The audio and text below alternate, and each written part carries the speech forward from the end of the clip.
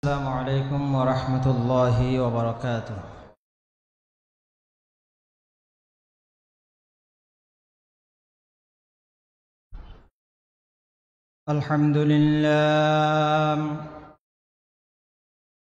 الحمد لله نحمده ونستعينه ونستغفره ونؤمن به ونتوكل عليه ونعوذ بالله من شرور أنفسنا ومن سيئات أعمالنا من يهده الله فلا مضل له ومن يضلل فلا هادي له ونشهد أن لا إله إلا الله وحده لا شريك له ونشهد أن سيدنا ونبينا وحبيبنا ومولانا محمدا عبد الله ورسوله أرسله بالحق بشيرا ونذيرا وداعيا إلى الله بإذنه وسراجا وقمرا منيرا فقد قال الله تعالى في كلامه المجيد وفرقانه الحميد أعوذ بالله من الشيطان الرجيم بسم الله الرحمن الرحيم يا أيها الناس اعبدوا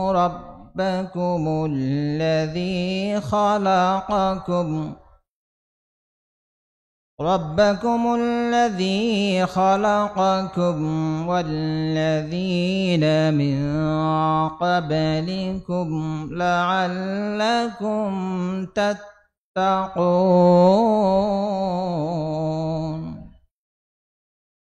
آمنت بالله صدق الله المولانا العظيم وصدق رسوله النبي الحبيب الكريم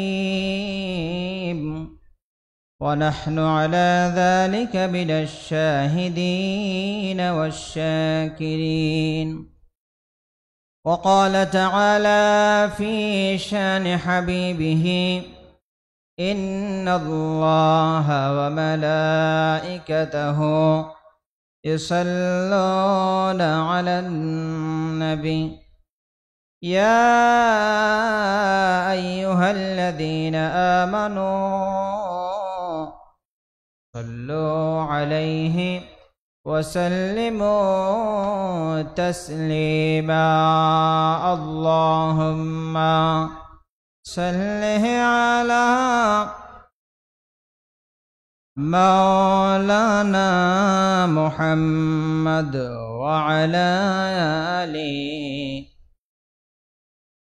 مولانا محمد هو الحبيب الذي ترجى شفاعته لكل هول من الأهوال مقتحم اللهم صل على مولانا محمد وعلى آل سيدنا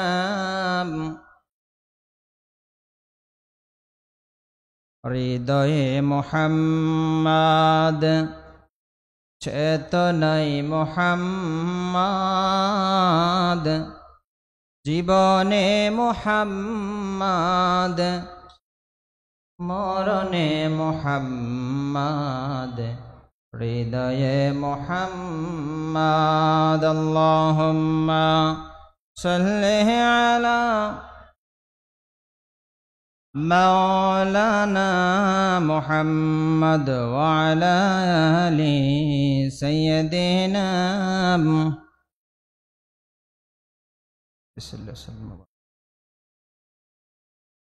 আশিক রাসূল সাল্লাল্লাহু আলাইহি ওয়াসাল্লাম ওয়ালিকুল শিরোমণি মুজাদ্দিদে মাহফিলে সিরাতুন নবী সাল্লাল্লাহু আলাইহি ওয়াসাল্লাম প্রখ্যাত আলেমে দ্বীন হযরত আলহাজ শাহ মাওলানা হাফেজ আহমদ রহমতুল্লাহি আলাইহি শাহ সাহেব কেবলা সুন্নতি কর্তৃক প্রবর্তিত ঐতিহাসিক আন্তর্জাতিক 19 দিন ব্যাপী 55তম সিরাতুন নবী সাল্লাল্লাহু আলাইহি ওয়াসাল্লাম মাহফিলের এই অধিবেশনের সম্মানিত সভাপতি বর্ষিয়ান আলেমে দ্বীন পুইসর ইসলামী কামিল মাদ্রাসার সম্মানিত সুযোগ্য অধ্যক্ষ আলহাজ জনাব মাওলানা মুশাররফ হোসেন সাহেব মাদ্দাল্লাহু দিল্লাহ ও দিগার হযরত উলামায়ে কেরাম, বিশেষ করে উম্মুল মাদারিস খ্যাত দ্বীনি শিক্ষা প্রতিষ্ঠান সুন্নতি হাকিমিয়া কামিল অনার্স মাস্টার্স মাদ্রাসার সম্মানিত সুযোগ্য অধ্যক্ষ, আজকের এই মাহফিলের সম্মানিত পরিচালক বর্ষিয়ান আলেমে দ্বীন উস্তাজুল আসাতিজা অনলবর্ষী বক্তা হযরত আল্লামা আলহাজ জনাব মাওলানা অধ্যক্ষ ফারুক আহমদ সাহেব হাফিজাহুল্লাহ ওয়া রাআ। মঞ্চে উপস্থিত আছেন অত্র মাদ্রাসার সম্মানিত সুযোগ্য মুদাররিস বর্ষিয়ান আলেমে দ্বীন বিশিষ্ট ইসলামী চিন্তাবিদ হযরত আল্লামা জনাব মাওলানা জিয়াউল করিম সাহেব হাফিজাহুল্লাহ সহ অন্যান্য হযরত উলামায়ে কেরাম। বিশেষ করে আসরের পরে অত্যন্ত সুন্দর সারগর্ভ আলোচনা পেশ করেছেন আমার অত্যন্ত প্রিয় ভাই জনাব মাওলানা মুসলিহুদ্দিন ফারুকী সাহেব সহ হযরত উলামায়ে কেরাম, মুরব্বিয়ানে আযম, যুবক ভাইরা, কচিকাঁচা মাসুম বাচ্চারা, পর্দার অন্তরাল মা এবং বোনেরা, রহিমানা ওয়া রাহিমাকুমুল্লাহ, হাফিজানা ওয়া হাফিজাকুমুল্লাহ আম বালিয়াতিস সামাওয়াতি ওয়াল আরদ বিওয়াসিলাতি মুহাম্মদুর রাসূলুল্লাহ সাল্লাল্লাহু আলাইহি ওয়াসাল্লাম। মহিয়ান গরিয়ান আল্লাহ সুবহানাহু ওয়া তাআলার দরবারে শুকরগুজার হচ্ছি, যেই মুনিব আমাদেরকে দয়া করে মেহেরবানি করে মকবুল একটি মাহফিলে আসার বসার সুযোগ করে দিয়েছেন। আমি প্রথমবারের মতো এই মকবুল মাহফিলে এসে হাজিরা দিতে পেরেছি মঞ্চে বসে। যেহেতু মাহফিলটা মকবুল মাহফিল, সেই হিসেবে প্রতি বছর এসে আপনাদের মতো মাটিতে বসে আলোচনা শুনেছি অল্প সময় হলেও। এই মকবুল মাহফিলের বরাকা থেকে যাতে মাহরুম না হই চেষ্টা করেছি। তো আল্লাহ আজকে এখানে বসে কথা বলার সুযোগ দিয়েছেন, সুযোগ পেলে আরেকদিন আরেকবার ওখানে বসে ইনশাআল্লাহ আলোচনা শোনার চেষ্টা করব। যে আল্লাহ আমাদেরকে দয়া করে মেহেরবানি করে আসার বসার কিছু কথা বলার শোনার তৌফিক দান করেছেন, সেই মনিবের উদ্দেশ্যে অন্তরন্তস্থল থেকে মহাব্বত নিয়ে বুক ভরা ভালোবাসা নিয়ে কালিমাতুশ শুকর আদায় করছি। আমরা সকলেই পড়ছি আলহামদুলিল্লাহ। দরুদ আর সালাম বর্ষিত হোক সর্বকালের সর্বযুগের সর্বশ্রেষ্ঠ মহামানব, শোষিত নির্যাতিত নিপীড়িত আর্ত মানবতার কাণ্ডারী নবী, যার আগমনে দুলির ধরা পরিপূর্ণ হল, পথ হারা মানুষ পথের দিশা পেল, অন্ধকারাচ্ছন্ন সমাজ আলোকিত হল। আমার আর আপনার কলিজার টুকরা নবী সরকার দু আলম তাজদার মদিনা হযরত আহমদ মুজতবা মুহাম্মদ মুস্তাফা সাল্লাল্লাহু আলাইহি ওয়াসাল্লামের প্রতি পৃথিবীর সূচনা লগ্ন থেকে আজ পর্যন্ত, বদরের প্রান্তর থেকে আজ পর্যন্ত যুগে যুগে বিশ্বের আনাচে কানাচে যারা আল্লাহর জমিন আল্লাহর রাজ কায়েম করার জন্য শাহাদাতের নজরানা পেশ করেছেন, বিশেষ করে আমাদের ছোট্ট মাতৃভূমি বাংলার জমিনে যারা একামতে দ্বীনের কথা বলতে গিয়ে, আল্লাহর তাওহীদ রাসূলের রিসালাতের কথা বলতে গিয়ে, দাওয়াতি কাজ করতে গিয়ে যারা জালেমের জুলুমের শিকার হয়ে নির্মমভাবে শাহাদাত বরণ করেছেন, আরও বিশেষ করে স্মরণ করতে চায় 24-এর গণ অভ্যুত্থানে যারা বাংলাদেশকে জালেমের জুলুম মুক্ত করার জন্য নিজের বুকের তাজা রক্ত বিলীন করে শাহাদাতের নজরানা পেশ করেছেন। সমস্ত শহাদাই কারামদের পবিত্র মাহফিল থেকে আলা আল্লিয়িন আল্লাহর দরবার কামনা করছি। আমরা সকলেই পড়ছি আল্লাহুম্মা আমিন। আরে জোরে বলি আল্লাহুম্মা আমিন। সম্মানিত উপস্থিতি, আমাকে অত্যন্ত গুরুত্বপূর্ণ একটি বিষয় দেয়া হয়েছে, সময়ও নির্ধারণ করে দেয়া হয়েছে। আমাকে আলোচক বা ওয়াইএস মনে করে আমাদের শ্রদ্ধাভাজন মুরব্বীগণ এটা আশা রেখে দিয়েছেন বিষয় এবং সময়। আমি এখানে বসছি, আমার সামনে যারা আছেন, আমার ডানে যারা আছেন, আমার বামে যারা আছেন, পেছনে যারা আছেন, আমি মনে করি সবাই আমার চেয়ে আলাম আকরম, আমার সেই বেশি জানেন, আমার সেই বেশি সম্মানিত। আপনারা যারা সামনে বসে আছেন আপনারা কম জানেন না, জানা মানুষগুলাই জানতে চায়। যারা কিছু জানে তাদের জানার আগ্রহ আছে, ঠিক না? আর যারা জানে না, আল্লাযী ইয়াজাহাল আন্নাহু ইয়াজাহাল, সে যে জানে না সেটাও সে জানে না, তার নাম আবু জাহেল। তার নাম কি? যারা জানে না সেই এলমটাও তার নাই, সে কখনো কোনো কিছু জানতে চায়ও না, এরকম মাহফিল আসতেও পারে না। আল্লাহ যে আপনাদেরকে আমাদেরকে একত্রিত করেছেন, আমি কিছু বলবো আপনারা কিছু শুনবেন, কথাটা এরকম নয়, বিষয়টা এরকম নয়। এটা জাস্ট একটু মোজাকারা করা। আপনারা আমার চেয়ে বেশি জানেন, আমি মনে করতেছি এই মাহফিলে আমি এসে হাজিরা দিচ্ছি জাস্ট। ভুল ত্রুটি যদি হয় ওগুলো একটু শুধরানোর অন্যতম একটা জায়গা হচ্ছে সিরাতুন নবী সাল্লাল্লাহু আলাইহি সাল্লাম মাহফিল। সুবহানাল্লাহ বলেন। ইবাদতের স্বরূপ, এই বিষয়ের উপর কথা বলার এলম হেলম যোগ্যতা কিছুই বলতে আমার নাই। আমার জবানের জড়তা আছে, এলমের স্বল্পতা আছে, সব কিছু মিলাই সুবহানাকা লা ইলমা লানা ইল্লা মা আল্লামতানা ইন্নাকা আনতাল আলিমুল হাকিম। আল্লাহুম্মা আতি নাফসি তাকওয়াহা ওয়া যাক্কিহা আনতা খায়রু মান যাক্কাহা আনতা ওয়ালিয়্যুহা ওয়া মাওলাহা। আল্লাহুম্মা ইন্নী আউযু বিকা মিন ইলমিন লা ইয়ানফাউ ওয়া মিন কলবিন লা ইয়াখশাউ ওয়া মিন নাফসিন লা তাশবাউ ওয়া মিন দাওয়াতিন লা ইস্তাজাবু লাহা। সম্মানিত উপস্থিতি,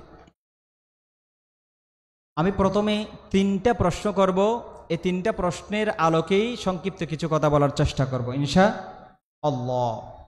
প্রথমে বলবো আমি কে।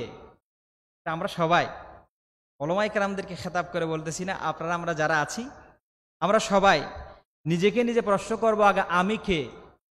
নিজেকে চিনার দরকার আছে না নাই? যদি নিজেকে চিনি, ইমাম আবু হানিফা রাহমাতুল্লাহ আলাইহি বলেছেন, মান আরাফা নাফসাহু ফাকাদ আরাফা রাব্বাহ। যে ব্যক্তি নিজেকে চিনল সে তার রবকে চিনতে পারল। সুবহানাল্লাহ বলবেন না? আল্লাহ বলেছেন ওয়াফি আনফুসিকুম আফালা তুবসিরুন, নিজের দিকে তাকাও, চোখ খুলে যাবে, রবকে চেনা যাবে, রবকে পাওয়া যাবে। সুবহানাল্লাহ বলেন না? সেজন্য আগে জানবো আমি কে, আর আমি কে এর উত্তরটা আল্লাহর কোরআনে দিয়েছেন। আমার আল্লাহ বলেন, ওয়ালাকাদ কাররামনা বানি আদম ওয়া হামালনাহুম ফিল বাররি ওয়াল বাহর ওয়া রাযাকনাহুম মিনাত তাইয়্যিবাত ওয়া ফাদ্দালনাহুম আলা কাসীরিম মিম্মান খালাকনা তাফদীলা। আমার আল্লাহ বলেন, আমি বনি আদমকে, আদম সন্তানকে মর্যাদাবান করেছি, মর্যাদা দান করেছি। ওয়া হামালনাহুম ফিল বাররি ওয়াল বাহর, জলে এবং স্থলে বাহন দান করেছি, চলাচলের বাহন দান করেছি। এরপর আমার আল্লাহ বললেন, ওয়া রাযাকনাহুম মিনাত তাইয়্যিবাত, পবিত্র রিজিক দিয়েছেন আল্লাহ আমাদের। সুবহানাল্লাহ বলবেন না? وفضلناهم على كثير ممن خلقنا تفضيلا। বহু অসংখ্য সৃষ্টির উপর আল্লাহ মানব জাতিকে শ্রেষ্ঠত্ব দান করেছেন। সুবহানাল্লাহ বলবেন না? তাইলে প্রথম পরিচয় পেলাম আমি কে, আমি সমস্ত মাখলুকের মধ্যে সর্বশ্রেষ্ঠ সৃষ্টি। সুবহানাল্লাহ বলবেন না?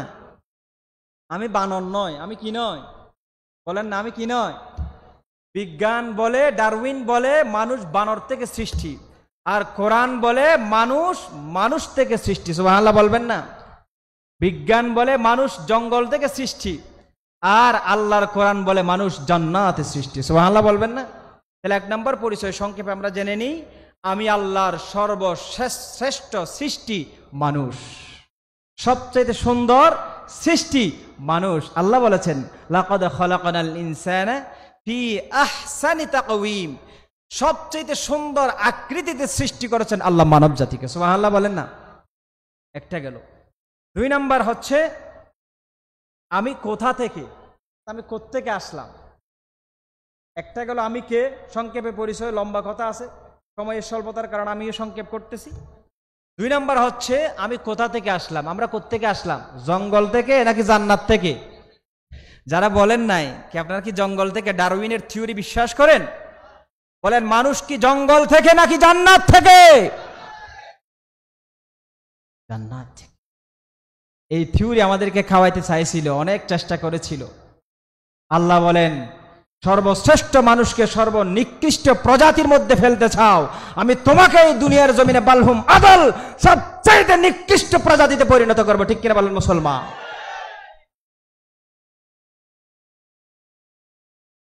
আমার আল্লাহ বলেন বান্দা কুল্লা ইয়া আদামু উসকুন আনতা ওয়া যাওজুকাল জান্নাহ।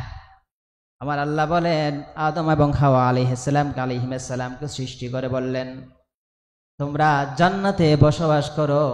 আমাদের মা বাবার আদি পিতার বাসস্থান কোথায়? একটু জোরে সোরে বলুন, কোথায়? জোরে বলুন না, কোথায়? আমাদের আসল ঘর কোথায়? আমরা তো এখন ঘর কোথায় জিজ্ঞেস করলে এক একজনের ঘর এক এক জায়গায় বলবো, যেখানে মূল ঘর সেটা।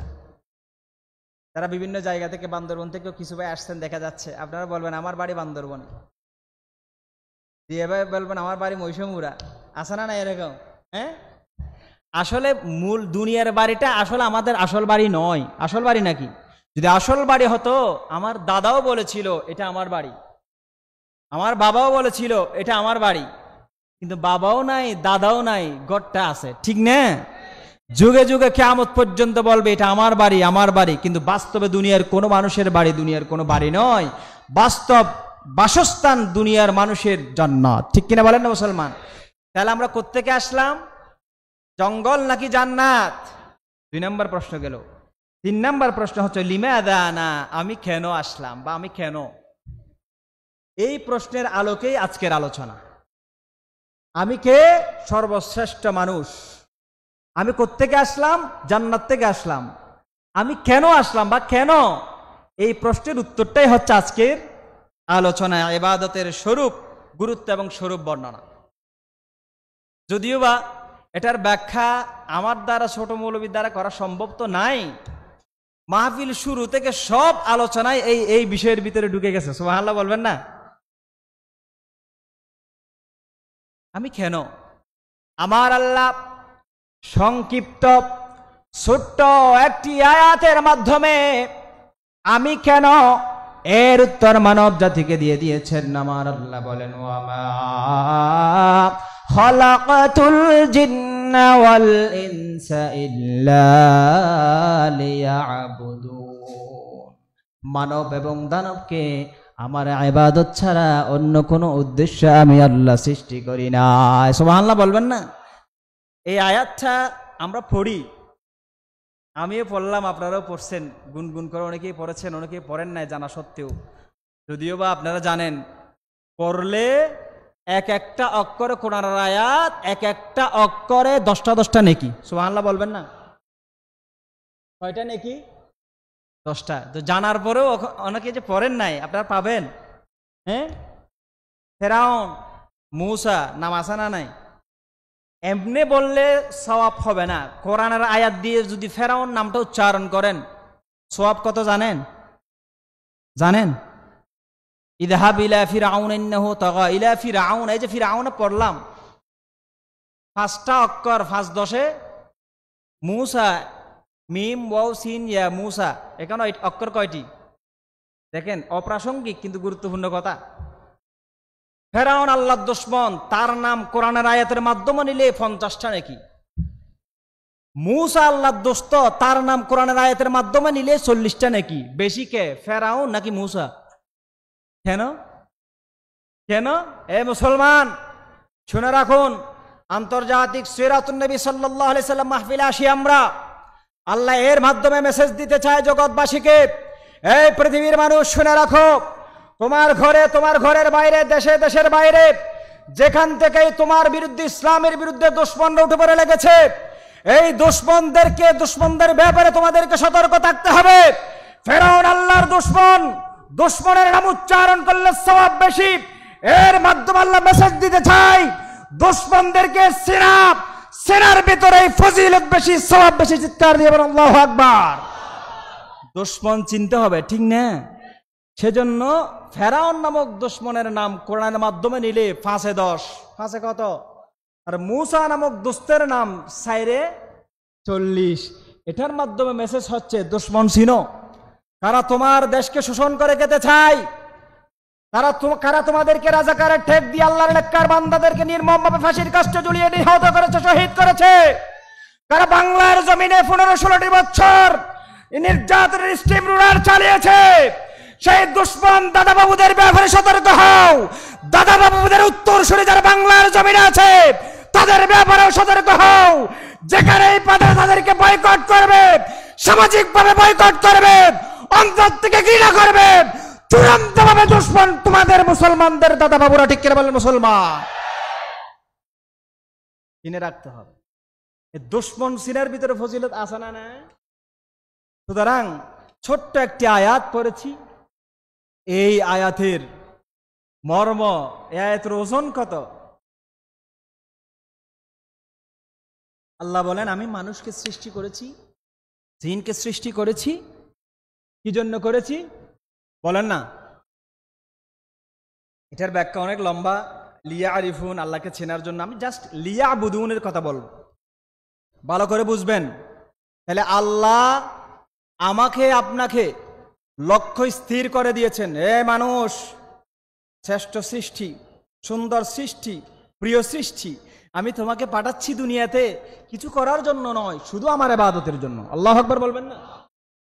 তাহলে এটা হচ্ছে আল্লাহর পক্ষ থেকে আমার আপনার জন্য এইম ইন লাইফ, জীবনের লক্ষ্য নির্ধারণ করে দিয়েছেন কে? জীবনের লক্ষ্য কোন ওস্তাদ নির্ধারণ করে দেয় নাই। জীবনের লক্ষ্য আমার মা বাবা নির্ধারণ করে দেয় নাই। আমার মা বাবা আমার জীবনের লক্ষ্য নির্ধারণ করে দিয়েছেন, আমাকে হেফজখানায় দিয়েছেন। আমার মা বাবার লক্ষ্য উদ্দেশ্য হচ্ছে আমি হাফেজ হওয়া, কিন্তু হতে পারি নাই। আমার মা বাবার লক্ষ্য উদ্দেশ্য যথাযথভাবে যথা জায়গায় পৌঁছায় নাই। আমার মা বাবা আমাকে সায়েন্স নিয়ে পড়ালেখা করিয়েছেন ডাক্তার বানানোর জন্য, কিন্তু পরিশেষে দেখা গেল আমি ডাকাত হয়ে গেলাম। ঠিক কিনা বলেন? পরিশেষে দেখা গেল আমি একটা রুগী দেখলাম আজকে 1000 টাকা, 3 দিন পর, 4 দিন পর, 1 সপ্তাহ পর দেখলে আবার নেই 700 টাকা। এরকম ডাকাত বাংলার জমিনে আছে না নাই? সেই ডাকাতদের ব্যাপারে যখন কথা বলা হয়, কোন প্রোগ্রামে যখন ডাকাতদের ডাকাতির কথা বলা হয়, ডাকাতদের ভিতরে জ্বলে উঠে এরকম ডাকাত কয়েকদিন আগে আমরা একটা দেখেছি কিনা? এ মুসলমান, মা বাবা লক্ষ্য স্থির করে দিয়েছেন তুমি ডাক্তার হবা, কিন্তু মা বাবার লক্ষ্যটা যথাযথ স্থানে পৌঁছতে পারি নাই। আমার লক্ষ্য স্থির ঠিক হয় নাই, লক্ষ্য পানে পৌঁছতে পারি নাই। ও মুসলমান, আমার সৃষ্টিকর্তা, আপনার সৃষ্টিকর্তা যেই রব, ওই রব আমাদেরকে লক্ষ্য স্থির করে দিয়েছেন। বান্দারে, আমি তোমার দুনিয়ার মধ্যে পাঠালাম কিছু করার জন্য নয়, শুধুমাত্র কেবলমাত্র আমি আল্লাহর ইবাদত করার জন্য। আল্লাহু আকবার বলবেন না? ছোট্ট একটি উদাহরণ দিলে এই আয়াতের শানে নুজুল বলেন, তফসির বলেন, অর্থ বলেন, ব্যাখ্যা বলেন, সব বুঝে আসবে আপনাদের ওলামায়ে কেরামদের না। আমি হুজুরদের দোয়ার জন্য কথা বলতেছি, বোঝানোর জন্য নয়। আপনাদের সাথে একটু মুজাকারা করতেছি, আপনাদেরকে আবার বোঝানোর জন্য নয়, মুজাকারা করতেছি, যাতে এই আমলগুলো, কথাগুলো আগে আমার ভিতরে আমলে আসে। আল্লাহুম্মা আমিন বলেন।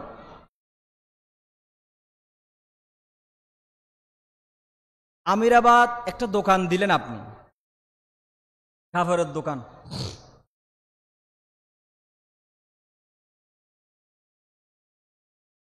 বেচাকেনা খুব ভালো, লক্ষ্য হচ্ছে আমি দোকান দেব, টাকা পয়সা ইনকাম করব, পোলাপাইন যারা একটু এদিক ওদিক আছে তাদেরকে একটু লাইনে নেব, হ্যাঁ, ভালো করে চলবো, সমাজে মাথা উঁচু করে দাঁড়াবো, ঘরবাড়ি করবো, একটা লক্ষ্য আছে তো, টাকা কামানোর লক্ষ্য উদ্দেশ্য। দোকানটা দিলেন, হঠাৎ করে লকডাউন আসে না, লকডাউন হয়েছে না, মানে ভালো করে বুঝবেন, যেটা আমরা সাফার হয়েছি সেটা দিয়ে example is better than precept. ওয়ালাকাদ সাররাফনা লিন-নাসি ফি হাযাল কুরআনি মিন কুল্লি মাসাল। আল্লাহ কোরআন মেসাল দিয়ে দিয়ে বুঝিয়েছেন মানুষ যাতে কোরআন বুঝে, তবুও বুঝি না, বুঝতে চাইও না।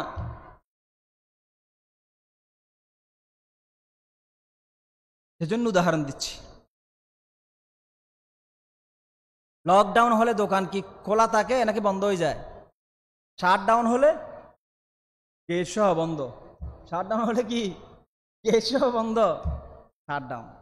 রমজান, ঈদ আসতেছে, বাচ্চারা কাঁদবে, কাপড় চোপড় নিবে, শপিং করব, বউয়ের জন্য স্বর্ণ কিনবো, অনেক উদ্দেশ্য আছে, সব উদ্দেশ্য ফানি হয়ে গেছে। 20 দিন ঘরে বসা, কেন? দোকান বন্ধ।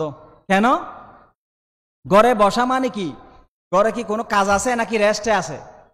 দোকান চালু থাকলে কাজ, দোকান বন্ধ মানে রেস্ট। দোকান বন্ধ মানে কি? একজন মানুষের শান্তির জন্য কি কি প্রয়োজন? রেস্টের প্রয়োজন।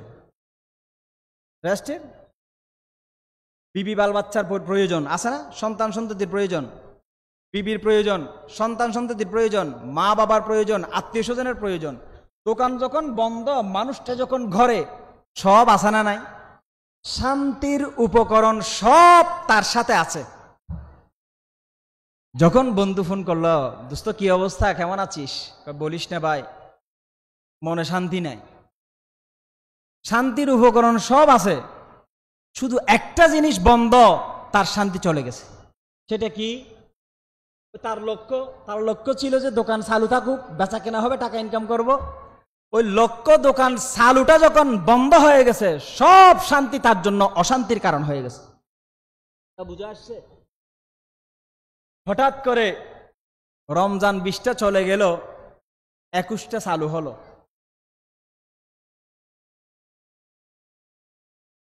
আমাদের দেশে তো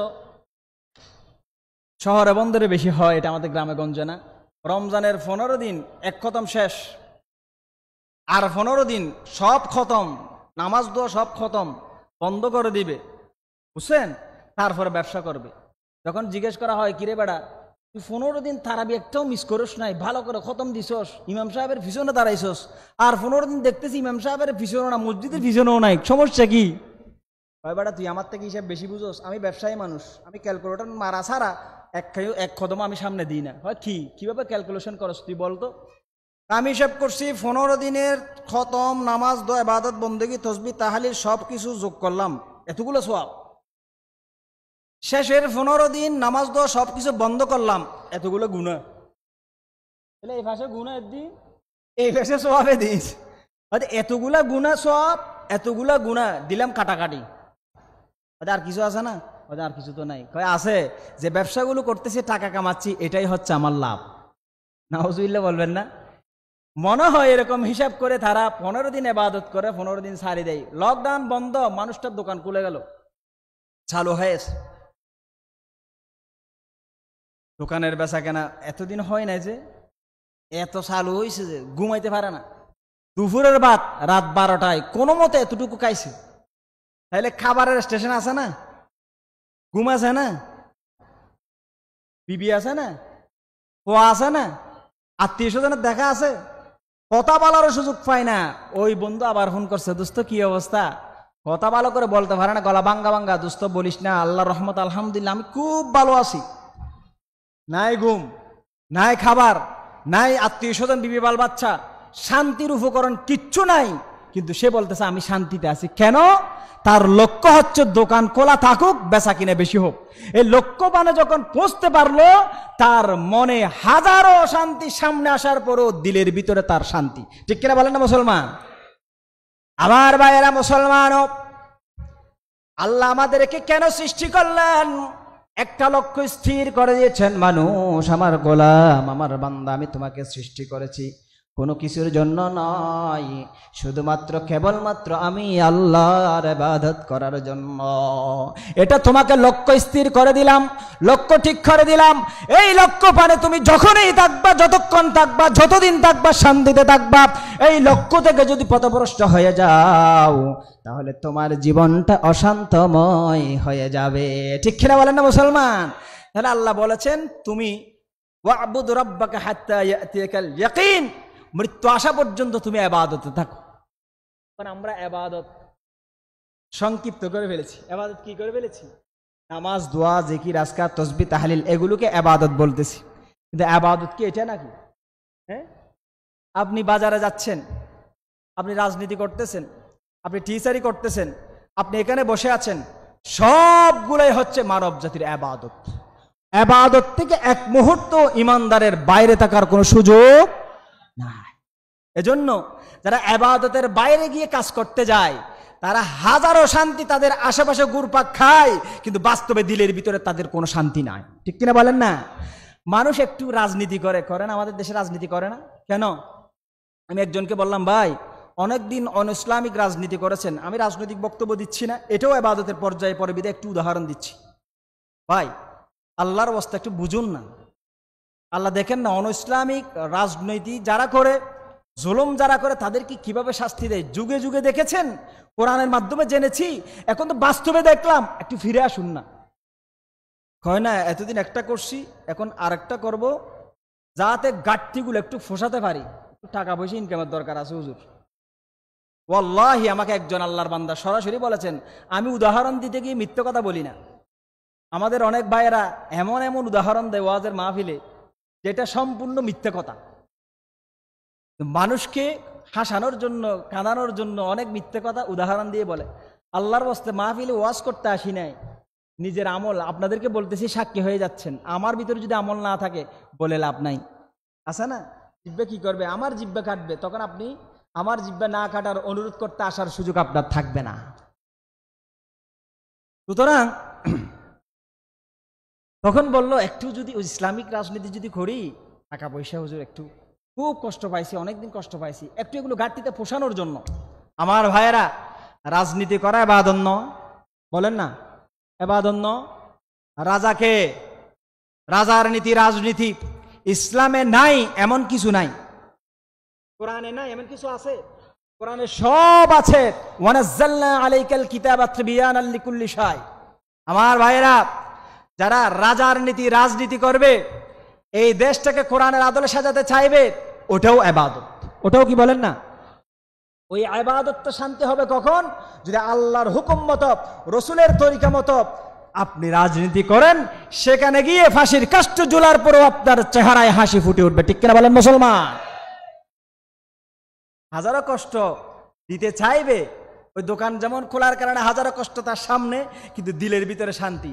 ঠিক ওই ক্ষেত্রেও যদি আপনি ইবাদতের উদ্দেশ্যে রাজনীতি করেন, সমাজনীতি করেন, অর্থনীতি করেন, সব ক্ষেত্রে যদি ইবাদতকে সামনে রেখে জীবন পরিচালনা করেন, আপনার জীবন শান্তিময় হয়ে যাবে। চিৎকার দিন আল্লাহু আকবার। আমার আল্লাহ সেজন্য বলেছেন, ওমা খালাকাতুল জিন্না ওয়াল ইনসা ইল্লা লিয়াবুদুন। মানব এবং দানবকে আমি আল্লাহর ইবাদত ছাড়া কোনো উদ্দেশ্যে আমি সৃষ্টি করি নাই। আমার আল্লাহ বলেন, ইয়া আইয়ুহান নাসু উবুদু রাব্বাকুমুল্লাযী খালাকাকুম ওয়াল্লাযীনা মিন ক্বাবলিকুম লাআল্লাকুম তাত্তাকুন। হে পৃথিবীর মানবতা, উবুদু রাব্বাকুম, তোমাদের রবের ইবাদত করো। কোন রবের? আল্লাযী খালাকাকুম, যেই রব তোমাদেরকে সৃষ্টি করেছেন। কিছুই ছিলাম না, কিছু না থেকে যিনি অস্তিত্ব দান করেন, তার নাম রব। আল্লাহু আকবার বলেন না? ওয়াল্লাযীনা মিন ক্বাবলিকুম, তোমাদের পূর্ববর্তীদেরকে সৃষ্টি করেছেন, লাআল্লাকুম তাত্তাকুন, যাতে তোমরা মুত্তাকি হতে পারো। তাহলে ইবাদতের হুকুম করেছেন কে? এই ইবাদতটা হচ্ছে আল্লাহর হক। কার হক বলেন না? হযরত মুআয ইবনে জাবাল রাদিয়াল্লাহু তাআলা আন রাসূল করিম সাল্লাল্লাহু আলাইহি ওয়াসাল্লামের সাথে একটি সফরে বের হলেন। আল্লাহ রাসূলের ওটের পিছনে হযরত মুআয ইবনে জাবাল রাদিয়াল্লাহু তাআলা আনহু বসা। রাসূলুল্লাহ বললেন, ইয়া মুআয,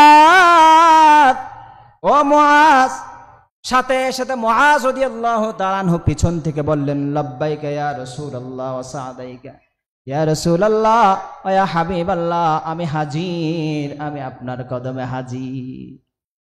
একবার ডাকলেন। মুআজ আল্লাহ রসুলের ওটের পিছনে বসা। রসুল্লাহ একবার ডাকলেন, কিন্তু কিছু বলেন না, কিছু। সুম্মা সারা সাআহ, আবার কিছুক্ষণ পরে আবার ডাক দিলেন, ইয়া মুআজ, ও মুআজ। মুআজ রাদিয়াল্লাহু তাআলা আনহুর সাথে সাথে বললেন, লাব্বাইকা ইয়া রাসূলুল্লাহ ওয়া সাদাইকা, আবার উত্তর দিলেন, জবাব দিলেন মুআজ। থুম্মা সারা সাআতান, আরো কিছুক্ষণ অতিবাহিত হয়ে গেল। আল্লাহ রাসূল আবার বললেন, ইয়া মুআজ। মুআজ রাদিয়াল্লাহু তাআলা আনহু জবাব দিলেন, লাব্বাইকা ইয়া রাসূলুল্লাহ ওয়া সাদাইক। কয়বার ডাকলেন? জোরে বলুন, কয়বার? জবাব হলো কয়বার? কিছু বলে নাই, জাস্ট ডাকে। মুআজ রাদিয়াল্লাহু তাআলা আনহু উত্তর দেয়, হুজুর আমি হাজির, আমি আছি। কোথায়? দূরে নয়, রসুলের সাথে সফরে যাচ্ছে। এরপরে আল্লাহ রসুল সাল্লাল্লাহু আলাইহি সাল্লাম মুআজ রাদিয়াল্লাহু তাআলা আনহুকে আবার প্রশ্ন করলেন। ক্বালা রাসূলুল্লাহ সাল্লাল্লাহু আলাইহি ওয়াসাল্লাম, হাল তাদরি মা হাক্কুল্লাহি আলা ইবাদি। মুআজ রে, বান্দার উপর আল্লাহর কি হক সেটা তোমার জানা আছে নাকি? তুমি জানো আল্লাহর হক কি বান্দার উপর? সুবহানাল্লাহ বলবেন না? অনেক হক আছে, মা বাবার হক, ওস্তাদের হক, পাড়া প্রতিবেশীর হক, দেশের মানুষের হক, জনগণের হক, নেতার হক, আছে না নাই? কিন্তু আল্লাহর হক আছে বান্দার উপর। আল্লাহ রসুল বলেন, মুআজ তুমি কি জানো আল্লাহর হক বান্দার উপর সেটা কি? সাহাবায়ে কেরামদের একটা আদত ছিলেন, অভ্যাস ছিলেন, ওনারা জানলেও জানি বলতেন না। সুবহানাল্লাহ বলবেন না? আবার না জানি, জানি না সেটাও বলতেন না। জানার কারণে জানি না বললে মিথ্যা হয়ে যাবে, আবার জানার কারণে জানি বললে বেয়াদবি হয়ে যাবে। সুবহানাল্লাহ বলবেন না? দেখছেন, আমরা তো কোন একটা জায়গায় কয়েকদিনের জন্য যদি যাই, এরপর গ্রামতা হয়তো মলয়েল কিচ্ছু না জানে, একবারে না জানা দে, নাউজুবিল্লাহ বলবেন না? অনেক কিছু একদিনের ভিতরে অনেক কিছু। আমরা একটু সৌদি আরব সফরে গেলাম, দেখতেছি এখানে এরকম এরকম করতেছে, যা করতেছে আর কি। এখানে এসে বলতেছি আমাদের এলাকার মৌলবী কিচ্ছু নেই, নামাজ দোয়ানোর কিচ্ছু নর, কিচ্ছু নর, কিচ্ছু ন, হ্যাঁ কিচ্ছু নর। ওটো 30-40 বছর ফন্না ভরি, 50 বছর ফরাই, আধা ফরণ্য গিয়ে গই, টায়ার্ড অথে অতে অত অতে রিটায়ার্ড হয়ে গই, ইবে বলে কিচ্ছু না জানে। তো একখান দিন সৌদি আরব যে ঘুরে এসেছে ব্যাগিন জানে, এখানে নাই, অনেক জায়গায় আছে, ঠিক না? রাগ করিয়ে না, আসলে কিছু কথা তো আসি যায়, না বলেও পারি না, সময় আবার চলে যাচ্ছে। মুআজ রাদিয়াল্লাহু তাআলা আনহুর আদব দেখেন সাহাবায়ে কেরামদের, জানার পরেও বলতেছেন আল্লাহু ওয়া রাসূলুহু আ'লাম, আল্লাহ এবং তার রাসূলই ভালো জানেন। সুবহানাল্লাহ বলবেন না? জানি নাও বলে নাই, জানি এভাবেও দেখায় না। রাসূলুল্লাহ সাল্লাল্লাহু আলাইহি সাল্লাম তখন বললেন, ইয়া মুআজ, শুনে রাখো, জেনে রাখো, বান্দার হক, বান্দার উপর আল্লাহর হক কি তুমি জেনে রাখো। হাক্কুল্লাহি আলা ইবাদিহি আইয়াবুদুহু ওয়া লা ইউশরিকু বিহি শাইআ। আল্লাহু আকবার বলবেন না? বান্দার উপর আল্লাহর হক হলো, এক নম্বর হক হলো বান্দা পৃথিবীর কোন মানবতার কোন মাখলুকের ইবাদত করবে না, একমাত্র শুধুমাত্র কেবলমাত্র ইবাদত করবে আমার আল্লাহর। আল্লাহু আকবার বলবেন না? আল্লাহর ইবাদত, ইবাদতেই হচ্ছে আল্লাহর হক বান্দার উপর। একটা 3টে শব্দ মনে রাখবেন আজকের আলোচনায়, এটা স্বরূপ বর্ণনা করতে গেলে অনেক লম্বা হয়ে যাবে। স্বরূপ মানি বিস্তারিত, স্বরূপের দ্বারে কাছেও যাওয়া যাবে কিনা সন্দেহ আছে, আল্লাহ আমাদেরকে মাফ করুক। মাবুদ, একটু বলেন মাবুদ, 3টে শব্দ, মাবুদ, আবেদ, ইবাদত। শব্দ কয়টা পেলাম? এই 3টে শব্দের ভিতরে মানব জীবন। ওয়ামা খালাকতুল জিন্না ওয়াল ইনসা ইল্লা লিয়াবুদুন, মনে থাকবে? বলেন মাবুদ, আবেদ, মাবুদ আর আবেদের সম্পর্কে স্থাপন করে ইবাদত। বলেন না? বলেন মাবুদ, আবেদ, এবাদত। অনেক দামি মানুষ সামনে আছেন আমি জানি, কিছু কথা বলতে বলি মহাব্বত নিয়ে, অনেকেই বলেন না, অনেকেই বলেন, অনেকের জড়তা আছে, অনেকের আলসেমি আছে, অসুবিধা নাই, তবে বললে লাভ আছে। বললে কি আছে বলেন না? একটা কথা উত্তর দিবেন কোরআন হাদিসের, আপনার জন্য জান্নাত, ফাঁকা জান্নাতে একটা গাছ আল্লাহ রোপণ করে দিবেন। সুবহানাল্লাহ বলবেন না? তাহলে আল্লাহর হক কি বান্দার উপর? বলেন না, ইবাদত কি করা, ওয়ালা তুশরিকু বিহি শাইআ, আল্লাহর সাথে ইবাদত করতে গিয়ে কারো সাথে শরীক করা। এটা যদি করি, আল্লাহ রাসূল আবার বললেন সুম্মা সারা সাআ, কিছুক্ষণ পর আবার বললেন ইয়া মুআজ, যদি বান্দারা যদি আল্লাহর হক আদায় করে, ইবাদত করে, শিরিক না করে, তাহলে আল্লাহ কি করবে জানো? কয় ইয়া রাসূলুল্লাহ, সেটাও আল্লাহ এবং আল্লাহ রাসূলই ভালো জানে। তখন আল্লাহ রাসূল বললেন হাক্কুল ইবাদি আলাল্লাহ আল্লাহ ইউআযিবাহুম, বুখারী শরীফের হাদিস, যারা এই হক আদায় করবে আল্লাহ তাকে কখনো কোনো জায়গায় আযাব দিবেন না। আল্লাহু আকবার বলেন। ইবাদত করব ইনশাআল্লাহ। ইবাদত কি সেটা তো জানার দরকার আছে, আছে না? ইবাদত কি সেটা জানার দরকার আছে না নাই? আচ্ছা, ইবাদতের এমনি স্বাভাবিক অর্থ হচ্ছে অনুগত হওয়া, নত হওয়া, বিনম্র হওয়া, আনুগত্য করা, ইত্যাদি ইত্যাদি ইত্যাদি।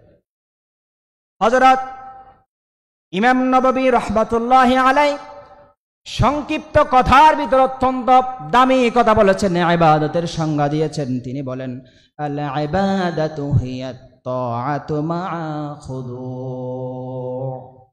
এই পৃথিবীর মানুষ, ইবাদত হচ্ছে বিনয়ের সাথে, নম্রতার সাথে এবং নিচু হয়ে আমার আল্লাহর আনুগত্য করাই হচ্ছে ইবাদত। সুবহানাল্লাহ বলবেন না? 2 নম্বর, ইমাম কুরতুবী রাহমাতুল্লাহি আলাইহি বলেন ওয়াল ইবাদাতু ইবারাতুন আন তাওহীদিহি ওয়ালতিজামি শারাঈ দীনিহি ওয়া আসলুল ইবাদাতিল খুদু' ওয়াত তাযাল্লুল। ইমাম কুরতুবী রাহমাতুল্লাহি আলাইহি বলেন ইবাদত হলো আল্লাহর তাওহীদের ঘোষণা দেয়া। আমাদের আল্লাহ এক নাকি অনেক? জোরে বলুন না, আল্লাহ এক নাকি অনেক? আরো জোরে বলুন, আল্লাহ এক নাকি অনেক? আমরা এক আল্লাহর ইবাদত করি নাকি অনেক আল্লাহর ইবাদত করি? জোরে বলুন, হাত উঁচু করে বলুন, কয় আল্লাহ, লিল্লাহি তাকবীর। তাহলে ইবাদতের সংজ্ঞা দিতে গিয়ে ইমাম কুরতুবী রাহমাতুল্লাহ আলাইহি বলেন ইবাদত হচ্ছে ইবারাতুন আন তাওহীদি, তাওহীদের ঘোষণা দেয়া। তাওহীদের কি দেয়া? এরপর বলছেন ওয়ালতিজামি শারাঈ দীনিহি, তার দ্বীনের বিধানসমূহ, হুকুম আহকাম সমূহর অনুসরণ করা। আল্লাহ যা হুকুম করেছেন মুহাব্বতের সহিত পালন করা, আল্লাহ যা নিষেধ করেছেন ঘৃণা ভরে প্রত্যাখ্যান করার নাম হচ্ছে ইবাদত। আল্লাহু আকবার বলেন না মুসলমান?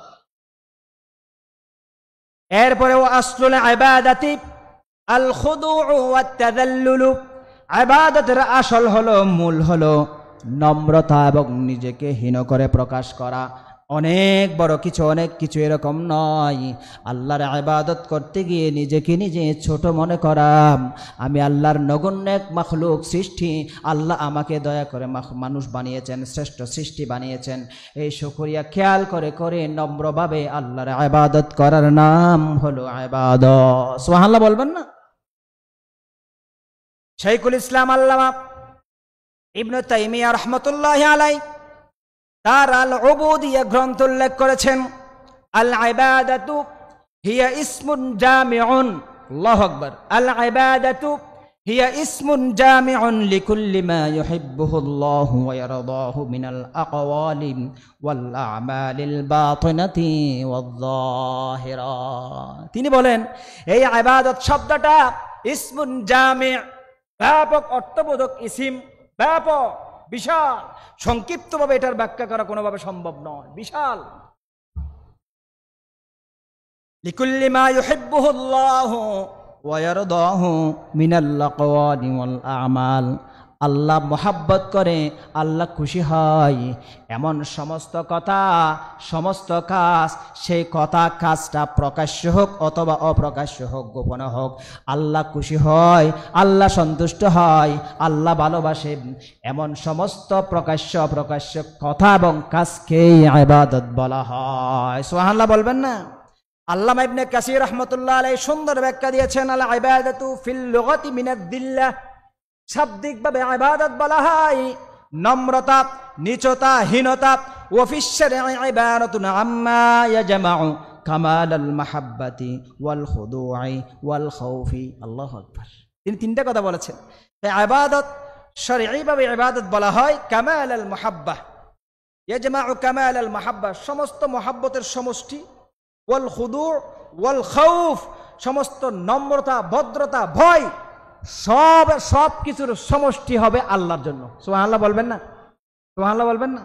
এরপরে সংক্ষিপ্তভাবে আল্লামা জালালউদ্দিন সুয়ুতি রাহমাতুল্লাহ আলাইহি বলেছেন, ইমতিসালুল আওয়ামির ওয়াজতিনাবুন নাওয়াহি, আল্লাহর আদেশ পালন করা, নিষেধ প্রত্যাখ্যান করা, এটার নামই হচ্ছে ইবাদত। এটার নাম কি? ইবাদত। ইবাদত ব্যক্তি বিশেষে তিন ধরনের হয়। ব্যক্তি বিশেষে কয় ধরনের? তিন ধরনের। এক নম্বরে ইবাদাতুত তুজ্জার। ইবাদাতুত তুজ্জার, ইন্না কওমান আবাদুল্লাহ রাগবা ফাতিলকা ইবাদাতুত তুজ্জার, অর্থাৎ ব্যবসায়িক ইবাদত। সেটা কেমন? আল্লাহ আমাদেরকে জান্নাত দিবে, আমি ইবাদত করব, ইবাদতের বিনিময় হচ্ছে জান্নাত। এটা সাধারণ মুমিনের ইবাদত। আরেকটু উঁচু শ্রেণীর ইমানদারের ইবাদত হচ্ছে ইবাদাতুল আবিদ, অর্থাৎ কুরবাত। প্রথমটা ওজরাত, দ্বিতীয়টা হচ্ছে কুরবাত, অর্থাৎ নিকটবর্তী হওয়ার জন্য। যেমন হযরতে আসিয়া, ফেরাউনের স্ত্রী, যখন নির্যাতিত হচ্ছিলেন তখন কি দোয়া করেছিলেন? রব্বি বিনিলি ইনদাকা বাইতান ফিল জান্নাহ ওয়ানাজ্জিনি মিন ফিরআউনা ওয়া আমালিহি ওয়ানাজ্জিনি মিনাল কওমিয যালিমিন।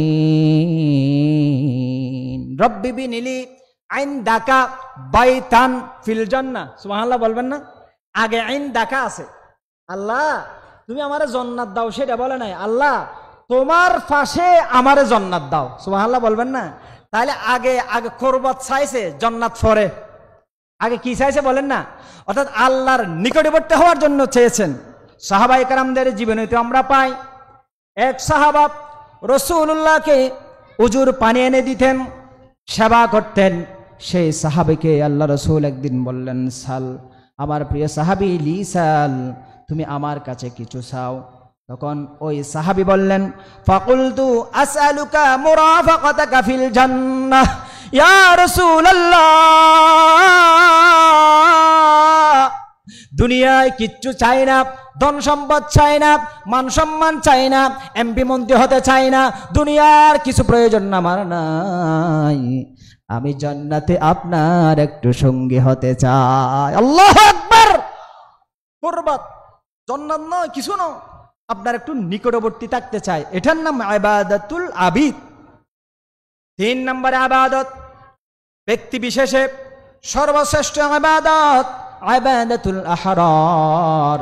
এটা শ্রেষ্ঠ ইবাদত, এটা পৃথিবীর কোনো মানুষ করতে পারে না নবী রাসূল ছাড়া।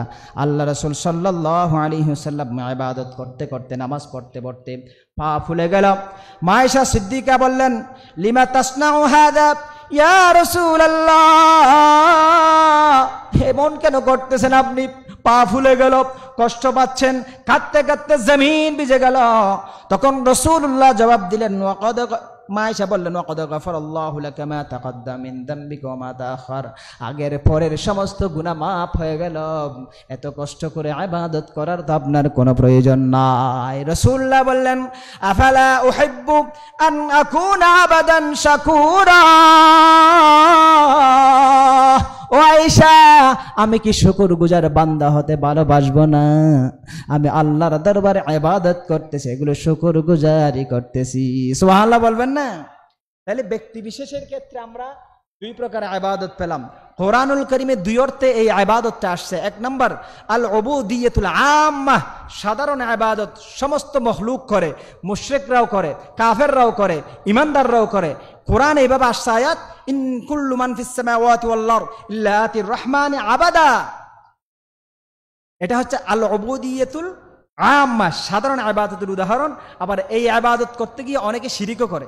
এরপরে আল উবুদিয়াতুল খাসসা, বিশেষ ইবাদত, ইচ্ছাধীন আনুগত্য, মুহাব্বত। ওয়া ইবাদুর রহমানিল্লাযীনা ইয়ামশুনা আল আরদি হাওনা, রহমানের বান্দারাই ওই ইচ্ছাধীন ইবাদত আল উবুদিয়াতুল খাসসা এটা করে থাকে। এরপরে হাদিসেও বিভিন্নভাবে ইবাদতের অর্থ আসছেন। দৈহিক ও আর্থিক সংশ্লিষ্টতার দিক থেকে 5 প্রকার। দৈহিক এবং আর্থিক সংশ্লিষ্টতার দিক থেকে ইবাদত 5 প্রকার। 1 নাম্বার অন্তরের ইবাদত। কিসের ইবাদত বলেন না? অর্থাৎ আর্থিক ইবাদত। 2 নাম্বার জবানের ইবাদত। 3 নাম্বার শারীরিক ইবাদত। 4 নাম্বার আর্থিক ইবাদত। ওটা আর্থিক, এটা আর্থিক, বেশ কম আছে। 5 নাম্বার যৌগিক, অর্থ শরীর দুটোটার সমন্বয়ে ইবাদত। প্রথম হচ্ছে অন্তরের ইবাদত। অন্তর দ্বারা ভালো চিন্তা করলে সেটা অন্তরের ইবাদত। সেটা কি ইবাদত? একদিন আল্লাহ রাসূল সাল্লাল্লাহু আলাইহি ওয়াসাল্লাম মায়েশা সিদ্দিকা রাদিয়াল্লাহু তাআলা আনহার কাছে আব্দুল্লাহ ইবনে উমাইর রাদিয়াল্লাহু তাআলা আনহু বললেন, মায়েশা আখবিরিনা বিআজাবি শাইইন রাআইতিহি মির রাসূলিল্লাহ, রাসূলের আশ্চর্যজনক একটা ঘটনা বলেন যেটা আপনি সবচেয়ে বেশি আশ্চর্য হয়েছেন, এরকম একটা ঘটনা বলেন। তখন মায়েশা সিদ্দিকা চুপ রইলেন। কিছুক্ষণ পরে বললেন, শুনো উবাইদ ইবনে উমাইর, শুনো, একদিন আল্লাহ রাসূল আমাকে বললেন, ইয়া আয়েশা, হে আমার আয়েশা, দারিনি আতাআব্বাদুল লাইলাতা বিরাব্বিল রাব্বি, আমাকে ছাড়ো, ছেড়ে দাও, সুযোগ দাও, আজকের রাত্রিতে আমি ইবাদত করব। আয়েশা রে, তুমি আমাকে একটু সুযোগ দাও, রাতের বেলা আমার মুনিবের সাথে আমি একটু সাক্ষাৎ করব, ইবাদত করব। মায়েশা সিদ্দিকা জবাব দিলেন, আল্লাহ, আল্লাহর শপথ, ইন্নী লা উহিব্বু কুরবাকা ওয়া উহিব্বু মা সাররাকা, ইয়া রাসূলুল্লাহ, আমার সাথে থাকবেন, আপনার সাথে আমি থাকবো, আপনার কুরবাত নৈকট্যশীল, নৈকট্যবর্তী হব, নিকটবর্তী হব, সেটা যেমন আমি ভালোবাসি, আপনি যেই জিনিসে খুশি হন সেই জিনিসটাও আমি আয়েশা ভালোবাসি। সুবহানাল্লাহ বলবেন না? আপনার আমার সাথে থাকা লাগবে না, ইবাদত করুন। আল্লাহ রাসূল দাঁড়ায় গেলেন নামাজের মধ্যে। নামাজ পড়তে পড়তে রাসূলুল্লাহ সাল্লাল্লাহু আলাইহি ওয়াসাল্লামের পা মোবারক ফুলে গেল। ফজরের ওয়াক্ত হয়ে গেল। বেলাল রাদিয়াল্লাহু তাআলা আনহু আসলেন। বেলাল দেখতে পেলেন আল্লাহ রাসূল সাল্লাল্লাহু আলাইহি ওয়াসাল্লাম কাঁদতে কাঁদতে মুখ ভিজে গেল, দাড়ি ভিজে গেল, জমিন ভিজে গেল, এত কাঁদা কাঁদে পা ফুলে গেল। বেলাল রাদিয়াল্লাহু তাআলা আনহু এসে আল্লাহ রাসূলকে বললেন, ইয়া রাসূলুল্লাহ,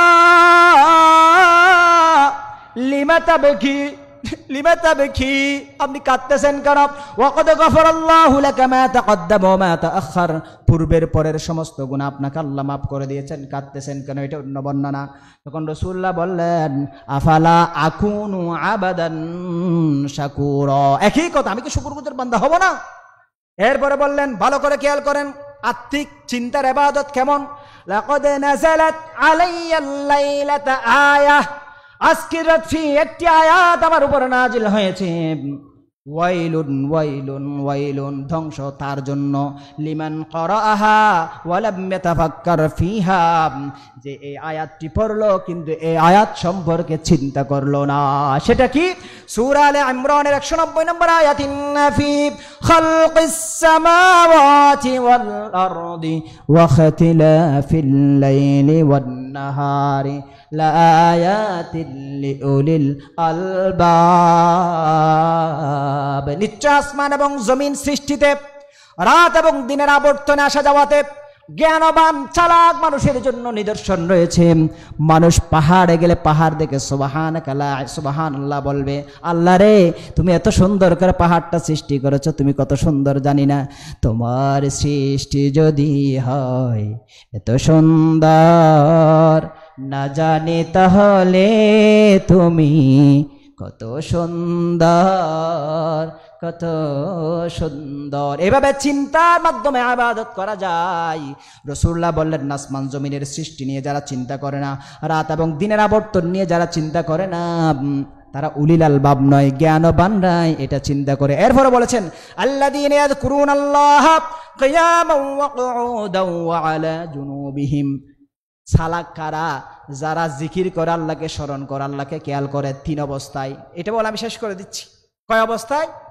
তিন অবস্থায় কিয়ামা ওয়া কুউদা ওয়া আলা জুনুবিহিম। ভালো করে খেয়াল করুন, তিনটে শব্দের মাধ্যমে মানব জীবনকে আল্লাহ প্যাকেট করে দিয়েছেন। উদখুলু ফিস সিলমি কাফা। দাঁড়ানো অবস্থায় কারে স্মরণ করতে হবে, বসা অবস্থায় কারে স্মরণ করতে হবে, শোয়া অবস্থায় কারে স্মরণ করতে হবে, অর্থাৎ প্রতিটা মুহূর্ত আল্লাহর হুকুম মতো রসুলের তরিকা মতো চলাটার নামই হচ্ছে ইবাদত। এই তিনটি শব্দের মাধ্যমে আল্লাহ জীবনকে প্যাকেট করে দিয়েছেন। বান্দা, কোন অবস্থায় আমার স্মরণের বাইরে তুমি যেতে পারবে না। ঠিক কিনা বলেন না মুসলমান? তুমি মিছিলে গেলা, অমুক নেতা তমুক নেতার আদর্শ, অমুক আমার আদর্শ, সেটা বলা যাবে না। আমার আল্লাহ সুবহানাহু ওয়া তাআলা বলেছেন, আমি আমার নবীকে তোমাদের জন্য উত্তম আদর্শ বানিয়েছি, এই উত্তম আদর্শই তোমাদের আদর্শ, পৃথিবীর কোন নেতা তোমাদের আদর্শ হতে পারে না। ঠিক কিনা বলেন মুসলমান? সুতরাং যেখানেই যাও আমি আল্লাহকে স্মরণ করো, আমি আল্লাহকে খেয়াল করবা, সেটা হচ্ছে ইবাদত। সেটা কি? জীবনের জন্ম থেকে মৃত্যু পর্যন্ত ওয়াবুদু রাব্বাকা হাত্তা ইয়াতিয়াকাল ইয়াকিন, মৃত্যু আসার আগ মুহূর্ত পর্যন্ত ইবাদত করা বান্দার কাজ। ঠিক কিনা বলেন না? আর বান্দাকে দুনিয়া এবং আখিরাত উভয় জাহানে আযাব থেকে রক্ষা করার দায়িত্ব কার? আল্লাহ আমাদের সংক্ষিপ্ত কথাগুলো, বিক্ষিপ্ত কথাগুলো, যে কথাগুলো আমাদের উপকারে বের হয়েছে, বের করেছেন, আল্লাহ আমাদের আমল করার তৌফিক দান করুন। হক আদায় করে আলোচনা করতে পারি নাই, সেজন্য আল্লাহ আমি গুনাহগারকে ক্ষমা করুন, আমিন বলেন। আপনারা যারা কষ্ট করে এতক্ষণ পর্যন্ত বসেছেন, শেষ পর্যন্ত বসবেন, আল্লাহ আপনাদের বসাকে কবুল করুন। এই সিরাতুন নবী সাল্লাল্লাহু আলাইহি সাল্লাম মাহফিলের উসিলায় আমাদেরকে কবুল করুন, শাহ আশরাফ হুজুর কিবলার উসিলায় আমাদেরকে কবুল করুন, আমিন। ওয়া মা আলাইনা ইল্লাল বালাগ। আকুলু কওলি হাযা আস্তাগফিরুল্লাহ লি ওয়া লাকুম ফাস্তাগফিরুহু ওয়া আতুবু ইলাইহি ইন্নাহু হুয়াল গফুরুর রহিম। আসসালামু আলাইকুম ওয়া রাহমাতুল্লাহি ওয়া বারাকাতুহু।